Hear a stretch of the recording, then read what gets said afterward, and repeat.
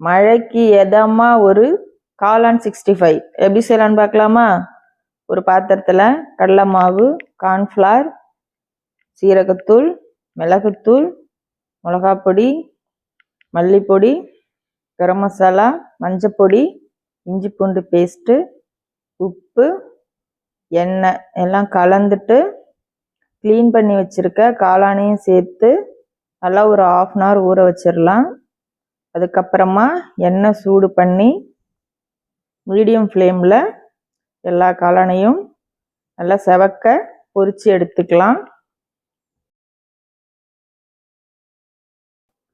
நல்ல ஒரு இஞ்சி டீ போட்டு அது கூட இந்த காளான் 65 வச்சு சாப்பிடும்போது சொர்க்கமாக இருக்கும். செஞ்சு சாப்பிட்டு பாருங்க, சூப்பராக இருக்கும். டேஸ்ட் வேறு லெவலில் இருக்கும்.